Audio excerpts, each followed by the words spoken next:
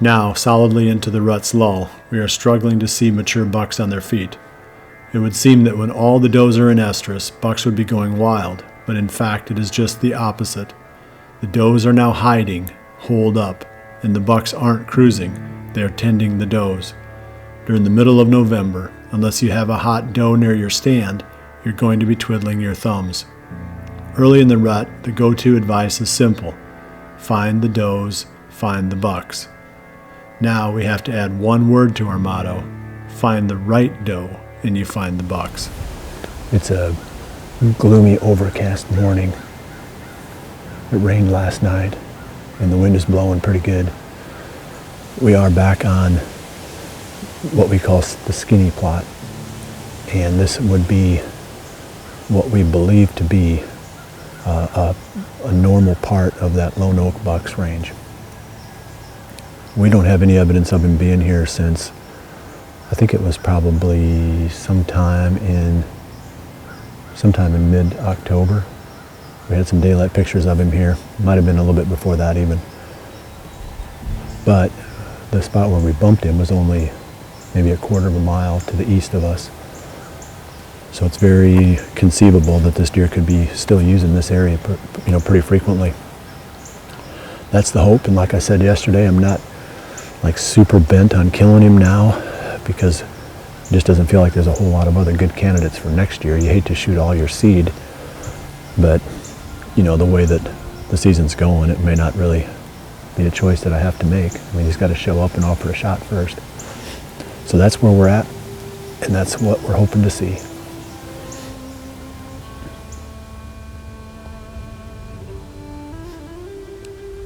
That same morning, 85 miles to the east, Jared Mills and Mike Reed are hunting their new farm.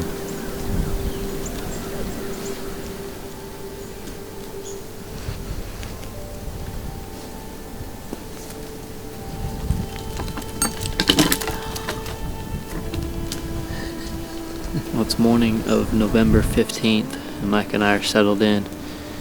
We got here early and waded across the river on our new farm into this little section on the other side. We've hunted in here twice, but not on this side of the peninsula. We hunted on the other side and had a couple okay hunts over there, but like I said, it's November 15th, and the first time Mike and I crossed the river just to look at this side, we both said this looks like the kind of spot that a big buck would bring a doe. So that's kind of our game plan, or our reason for coming over here this morning. While Jared and Mike wait for the action to kick off on the river farm, 250 miles to the northeast, Rick Vergin is on his farm hunting for an old buck he has nicknamed Fatty. I'm hunting for a buck that we call Fatty, who is a 4, 5, 6-year-old mature deer. Doesn't have the most spectacular antlers in the world. In fact, he actually went backwards a little from 2016 to 2017, and so that's why we decided that he's reached his max and it's time for him to go. So I shot a tom turkey yesterday, so I feel like I kind of went through it now, got the shot, got something on the ground. Got a turkey for Thanksgiving, so thinking that it's time to kill a buck. But anyway, I'm going to quit talking now. These deer are going to hear me, and hopefully we can get something to come by us that we want to take care of, we want to shoot today.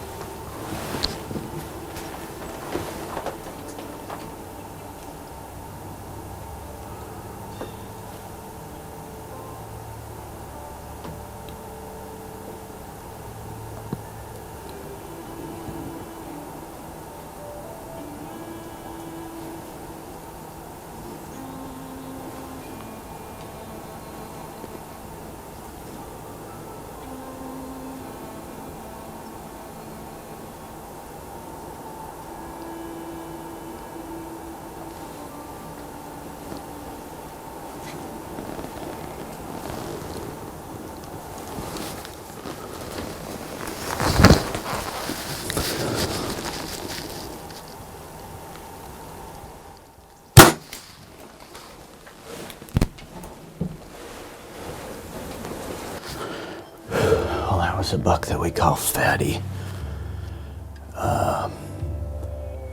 Kind of a bully buck. And this is the first time we've seen him from the stand. We've got a lot of trail camera pictures of him.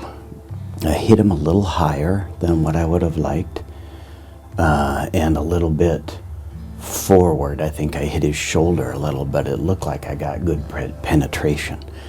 I'm going to give it a little bit of time here and then go look for some blood. This is exactly the same shot and path that the buck that Casey shot 2 years ago called Twisted. Actually ran the exact same spot. There he lays, right there. Man, he is only like 15 yards from where Twisted laid. I mean, boy, he did not make it very far. Oh man, look at that. Look at that. Now that's what I'm talking about right there. I like that. Look at how that Easton arrow went right through his shoulder blade. So this is Fatty. Looks like he busted off his G3 on the left-hand side a little bit. He was sure interested in eating this morning rather than chasing does, and there was plenty of does out in the field. There was a lot of deer moving this morning. Probably, had 10 to 15 does out there. I got kind of excited, which is a really good thing. I hope I never lose that.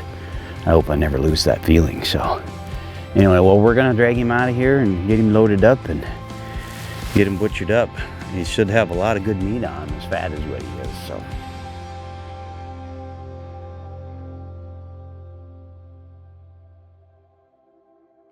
The hard-hitting power of Easton FMJ arrows produced a vital hit, even though Rick's arrow smacked the shoulder blade. FMJ arrows are the ideal weight to soak up maximum energy from our Hoyt bows, and their small diameter gives them a clear penetration advantage. Frigid forage big and beastie food plots draw deer at all times of the season. This hunt proves the pulling power of big and beastie, as Fatty was more interested in feeding than chasing does. There are only 3 ways you can get busted in a tree stand. The deer can smell you, hear you, or see you. To reduce the chances of being seen, we wear the best camouflage we can. Realtree's open patterns perfectly blend into the hardwood timbers that we hunt.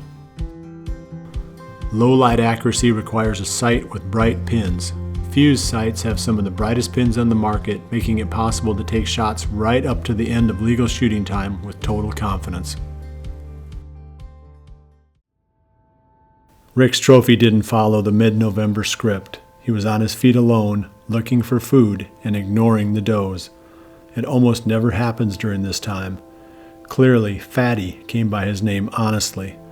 Remember the old phrase, "I'm a lover, not a fighter"? Well, it seems Fatty was a feeder, not a lover. Back on my farm, the morning has been predictably slow. No wished-for surprises as the action continues to flatline. We've only seen just those 2 fawns that were here before daylight, and nothing has come through since. The day has turned really, really nice though. It's clear now. The temperature and the humidity have both dropped. The wind has stayed real nice and fresh. Normally during another part of the rut, this would be a classic day. But as I talked first thing this morning, this is one of those portions of the rut where things slow way down. So I'm just going to be hunting half days now, so I'm not going to hunt this afternoon, and I'll be out again tomorrow. I mentioned earlier that unless you have a hot doe close by, things are going to be very slow. But if you do have a hot doe close by, well, that's a different story. Troy Saxonmeyer was hunting the middle of November in 2014 when lightning struck. An obviously hot doe was the tipping point in Troy's season-long hunt for a giant 8-pointer. We took a chance. We were hoping that Caden would be in this valley right below us, because that's where I've seen him 3 times now. Unfortunately, when we came in, he's actually laying right here on the fence line, 40 yards from the stand. We bumped him up. He's with a doe. The doe went down the valley, and she's down there right now actually feeding. We watch her lay down, so they didn't go far. They're actually upwind of us too, so that kind of helps a little bit. Hopefully, he's with that doe, so he's gonna do whatever she does. So if hopefully here as the sun goes down, she's gonna work back to this cornfield, and hopefully they make a mistake and come back by us.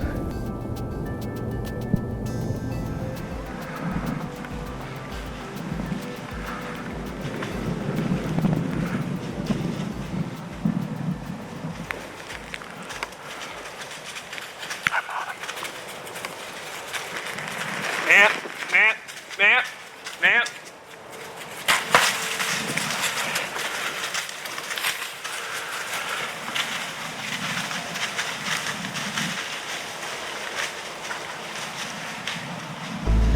I think I just shot my biggest bow buck to date.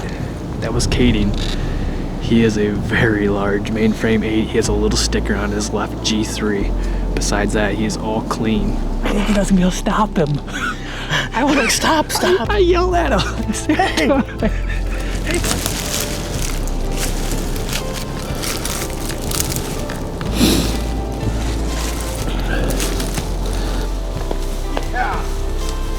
We seen, I don't know, half a dozen does last night, a bunch of bucks. It was like everything was coming out of the woodwork, and then he popped out and decided he was gonna run off this 4-pointer that was trying to chase his doe. Definitely my biggest bow buck to date. This deer right here will be a memory always in my life. Back to the 2017 season, Mike Reed has a similar experience to Troy's as a hot doe brings the woods to life around his stand, including an appearance from another giant 8-pointer, a buck that Mike has named Eli. In fact, Mike doesn't even make it to his stand before running into the buck dogging a doe. Finally settled in, the action continues as buck after buck, a full dozen of them, come through looking for the doe.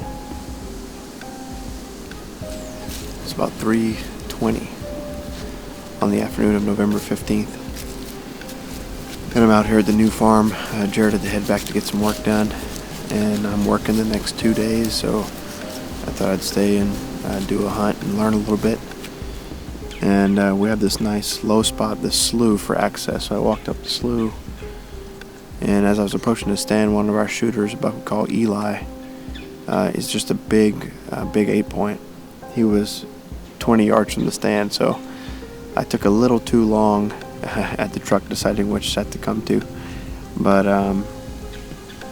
he was with the doe, and they worked their way off to the south, so I was able to get some footage of him from the ground, and climbed up in the tree and just kind of watched him ease back into the peninsula. So hopefully they'll circle back through here before the night's over.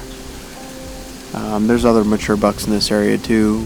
We didn't see anything this morning while we were hunting across the river, but when we came out to check cameras, we jumped one of our bucks, we call him Broadway Joe, just on the edge of the field there. He's a nice 6x5 with some extra points, and looking at the cameras, I looked at a few of the cards before I came back here. There's a new buck that we haven't named yet, just a old 5x5. I've got a solid hour and 40 minutes left, and we'll see. Hopefully, if nothing else, I can get some footage of some of these bucks and try to work on our aging process to decide which ones we should shoot and which ones we should give another year. But anyway, you can get quiet and enjoy the hunt.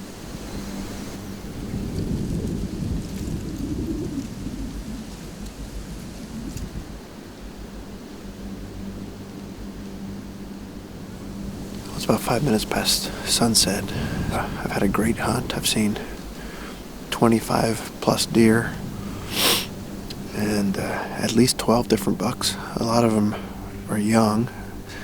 I did see a 4.5-year-old 9-point out on the field edge harassing some does. Did not get any good footage of him, but big uptick in activity compared to our last 5 or 6 hunts. This weather front has got them on their feet. Like I said, I've got to get back to work. The next 2 days, I'll be back out Saturday. It's a great sit. I'm going to get packed up here in about 10 minutes to get out of here. I think Jared's going to be hunting the next few days, so hopefully he has some luck getting a big shooter in front of him. Staying comfortable and hydrated through long, sweaty days requires a class-leading cooler. one that can take the abuse of life in a pickup bed and still hold ice for days. That is why American-made Grizzly coolers go with us on every scouting trip. Sleepless nights spent waiting for daylight only to follow a weak blood trail are a thing of the past with the devastating performance of the new Wasp Jackhammer Broadhead. With its 1 3/4 inch cutting diameter, this head is the perfect combination of destruction and penetration. Cabela's offers a wide range of footwear that accommodate all types of hunting, from early season spot and stalk to late season stand hunting. What you wear on your feet has almost as much to do with your success as what you carry in your hands. With an industry-leading lifetime warranty, our choice in footwear is simple: Cabela's. One of the biggest challenges we face when planting food plots is getting larger seeds, like soybeans, in the ground at the proper depth. Doing this requires a drill or planter. You can't just throw them out in hope. This is one of the strengths of the RTP Genesis seeder. It plants large seeds at the perfect depth for consistent germination and a solid stand. Hunting the same farm the next day, Jared Mills also draws a winning lottery ticket. Another hot doe comes close enough to lure 2 mature bucks within bow range. Well, it's just about sunrise here in the morning of November 16th. And it's another perfect November morning. Heavy frost on the ground, temps in the low 20s. Just a cool morning to be in the tree. And I'm in another pretty neat looking spot on the new farm. As far as I know, I got in pretty clean. The wind is not what it's doing, what it's supposed to be doing so far, so hopefully it straightens back out. It's supposed to have a northwest switch into northeast, and right now it's basically blowing south-southwest. It doesn't seem like this is the kind of spot that the wind would swirl, so I'm hoping it's just light and variable and it eventually will straighten out. The turkey gobble back there. I'm really excited to see what happens in this spot, see kind of what the deer do, if they work their way past me into the peninsula, or I can see a long ways. It's really thick on the ground, but I can see pretty decent ways here in the timber, so I'm really excited for this morning. We had a new buck show up on camera the other day, good looking 10, so I'd love to get a look at him or one of our other bucks.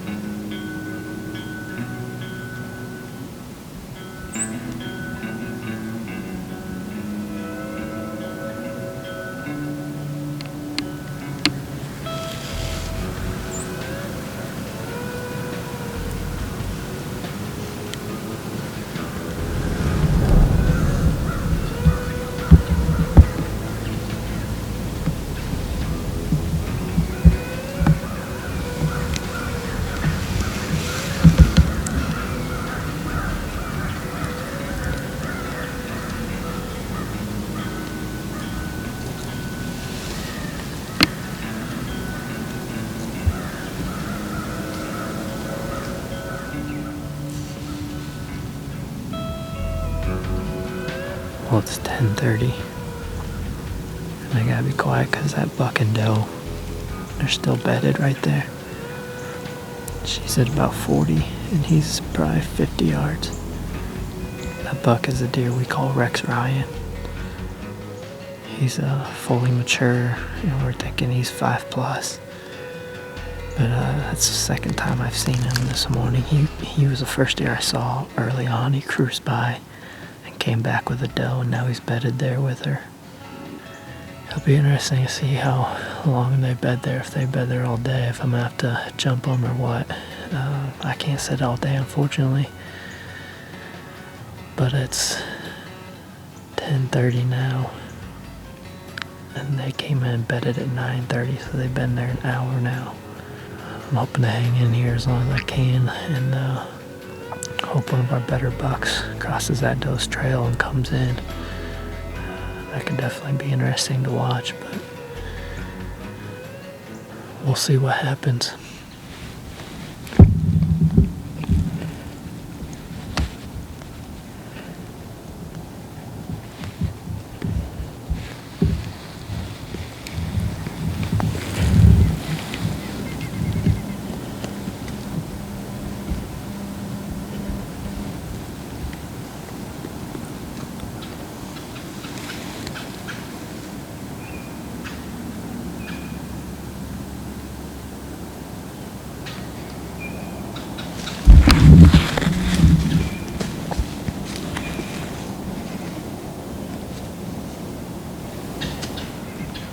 It's about 11:15 now, and that was a pretty cool encounter.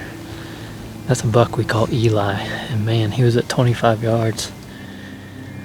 But unfortunately, I was facing this way to film that bedded doe and bedded buck, Rex Ryan, and the doe was facing me, so I kind of stopped paying attention to what was behind me because I didn't want to do too much moving. Well, she actually got up and started working her way off. And so I got the camera where Rex Ryan was bedded, where I could see his tines, assuming he was going to stand up. So while I had the camera on him, I heard something, a twig snap behind me. I looked over, and Eli's there at 25 yards in the lane. So it took me a while to just try to spin around, get the camera wrapped around my body to be able to film him. And I got the camera on him, but I still had to turn myself. And he caught a little bit of movement there. I was almost all the way twisted around. He caught a little bit of movement and it spooked off, but he wasn't spooked terribly bad. I think he just knew something wasn't right when he got that little bit of movement. You know, he stopped at 100 yards and was kind of looking, didn't really know, and he walked off normal after that. So he wasn't spooked too bad, but just a good looking 8. Mike actually filmed him last night. He was with the doe last night when Mike was walking into the stand. And obviously he didn't have a doe this morning, but cool to see him up close. You know, when we first started getting pictures of that deer, we called him an obvious 5-year-old and had him on the list. The wind is becoming more and more easterly. It's switched around from northwest this morning to northeast to east, and it's going to be southeast basically in an hour or two. So I need to get a straight east wind. It's not good for this spot, and the southeast is even worse. So I'm going to get down, get out of here, and decide whether or not I can hunt this afternoon or not. So it was a good morning, and little by little we keep learning this place.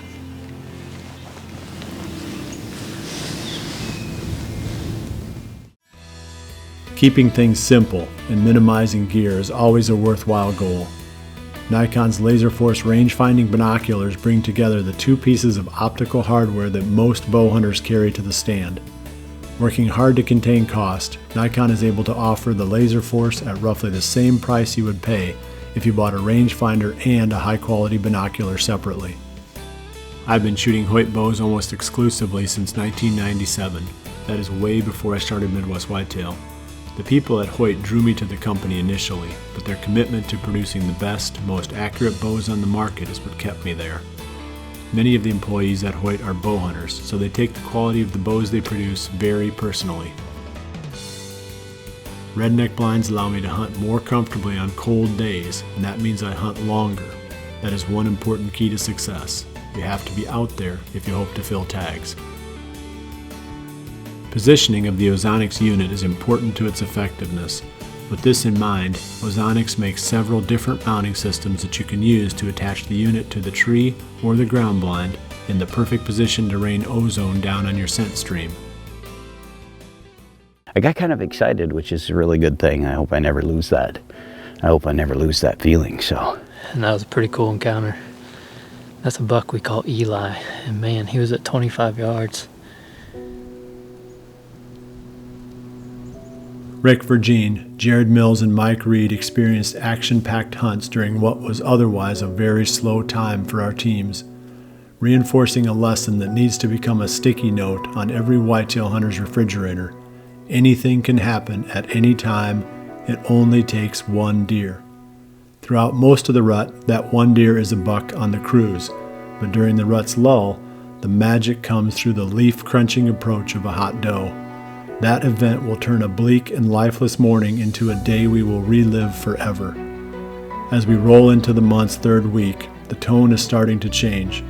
There's a new optimism in our deer camp conversation. We know that as the majority of the does are bred, the bucks will restart their rounds. With light at the end of the tunnel, we refocus for the stretch run. This is not over yet. The best may still be ahead of us as we keep chasing November.